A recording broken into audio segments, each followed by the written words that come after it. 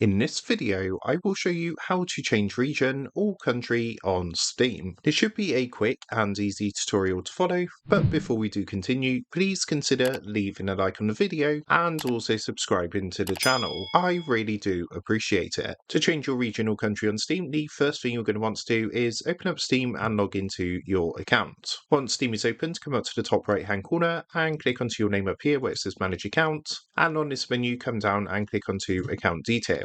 Once you're on your account details page, what you want to do is come to the store and purchase history section at the top, and you're going to see an option here to update your store country. So you can see mine's currently set to the United Kingdom, but to update your regional country, just click the button here to update store country. As you can see, it says your country is part of your Steam account settings. Your country setting affects what you see on the Steam store, the currency you see prices in, and the currency of your wallet.